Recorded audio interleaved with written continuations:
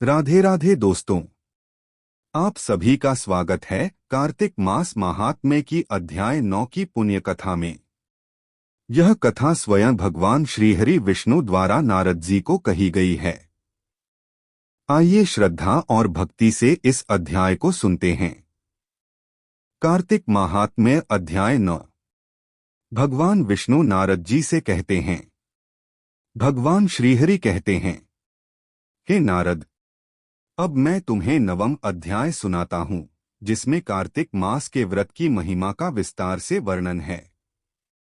जो भी मनुष्य कार्तिक मास में श्रद्धा से व्रत करता है, प्रतिदिन नियम पूर्वक स्नान करता है, दीपदान करता है और तुलसी पूजन करता है, वह इस जन्म में सुख और अंत में मेरे परम धाम को प्राप्त करता है।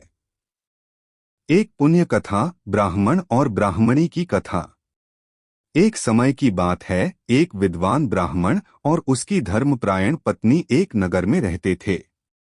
वे दोनों बड़े ही भक्त थे, परंतु संतान नहीं थी। एक दिन वह ब्राह्मणी एक संत के सत्संग में गई, जहां संत ने कार्तिक मास व्रत की महिमा बताते हुए कहा, हे देवी, यदि तुम पूरे कार्तिक मास में प्रतिदिन ब्रह्म मुहूर्त में उठकर स्नान करोगी, तुलसी पूजन, दीपदान करोगी और भगवान दामोदर का नाम जप करोगी, तो तुम्हारी मनोकामनाएं अवश्य पूर्ण होंगी। उस ब्राह्मणी ने पूरे कार्तिक मास में यह व्रत पूरे श्रद्धा भाव से किया। वह सुबह स्नान करती, तुलसी के पास दीपक जलाती, दामोदराय नमः मंत्र का जप करती और गरीबों को अन्न व वस्त्र का दान करती। कार्तिक पूर्णिमा के दिन उसने ब्राह्मणों को भोजन करवाया और भगवान श्रीहरि की आरती की। उस व्रत के प्रभाव से कुछ समय बाद उसे एक तेजस्वी पुत्र की प्राप्ति हुई। भगवान विष्णु कहते हैं, हे नारद, जो मनुष्य इस मास में व्रत, स्नान, दीपदान, तुलसी पूजन और भगवान के नाम का जप करता है, वह 100 यज्ञों के फल को प्राप्त करता है।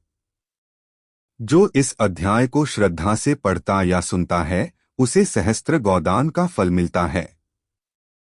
कार्तिक मास में क्या करना चाहिए? ब्रह्म मुहूर्त में उठकर स्नान करना, तुलसी के पास दीपक जलाना, दामोदराय नमः का जप करना, सत्य, दया, क्षमा और ब्रह्मचर्य का पालन, गरीबों को दान देना, सत्संग और भगवन नाम में समय बिताना। अध्याय का फल। जो इस नवम अध्याय को भक्तिभाव से सुनता है, पढ़ता है या सुनाता है, वह समस्त पापों से मुक्त होकर भगवान श्रीहरि के परम धाम को प्राप्त करता है।